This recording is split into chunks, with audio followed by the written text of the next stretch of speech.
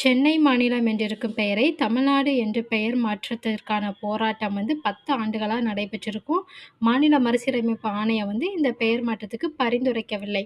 ம.பொ.சி. அவர்களோட இடைவிடாத முயற்சியின் விளைவாக அனைத்து கட்சிகளோட மாநாடு ஜனவரி 27, 1956ஆம் ஆண்டு ஒரு பொது வேலை நிறுத்தத்துக்கு அறைகூவல் விடுத்திருப்பாங்க. மகாத்மா காந்தியின் சீடரும், சுதந்திர போராட்ட வீரருமான விருதுநகரை சேர்ந்த சங்கரலிங்கனார் இந்த பெயர் மாற்ற கோரிக்கைக்காக சாகும் வரை உண்ணாவிரத நோன்பு இருந்திருப்பாரு. அவர் ஜூலை 27, 1956 அன்று ஆரம்பிச்சு, அக்டோபர் 13, 1956 அன்று 76வது நாள் காலமானார் அப்படின்னு சொல்லியிருக்காங்க. சங்கரலிங்கனாரோட தியாகம் சென்னை மாநிலத்தில பல பகுதிகள்ல எழுச்சிய உருவாக்குது. கல்லூரி மாணவர்கள், தொழிலாளர்கள், பெண்கள் மற்றும் பல்வேறு அமைப்பினர் வெளிப்படையா இந்த எழுச்சி இயக்கங்கள்ல பங்கு பெறுதாங்க.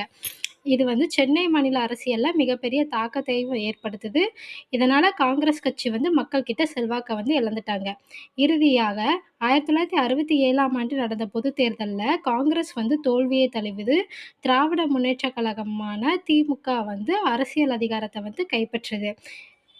மேலும் சென்னை மாநிலத்துக்கு தமிழ்நாடு அப்படின்னு பெயர் மாற்றமும் பண்ணிட்டாங்க. நன்றி.